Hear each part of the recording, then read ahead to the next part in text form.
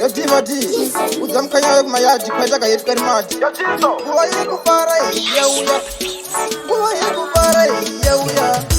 Guayakupara, Yauya,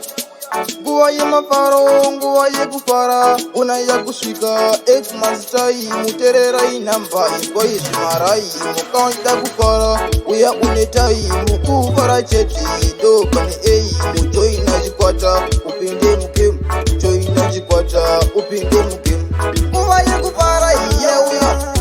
Guayakupara, Yauya, Guayakupara, Yauya,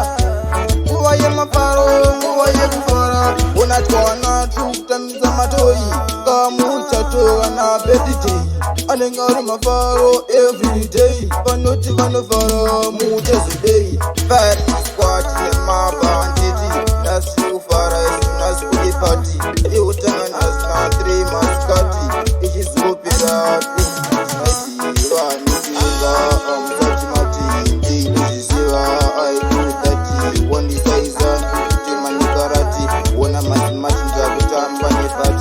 Unatwana tutamza matoi kamuchato na petite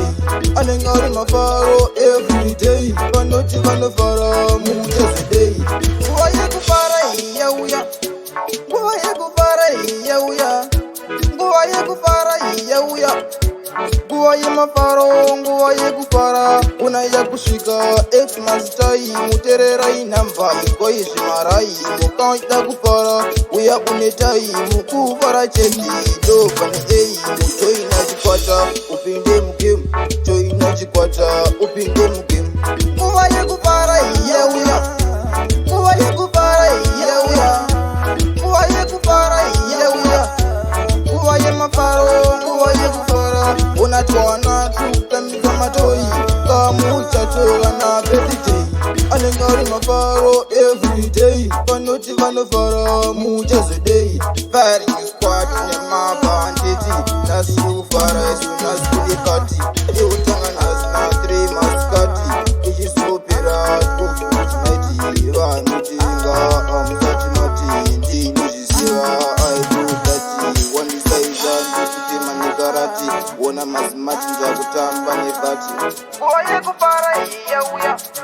Guayakupara yauya Guayakupara yauya Guayamaparo Guayakupara unayakushika Ex Mastai muterera inamba Guayishimarai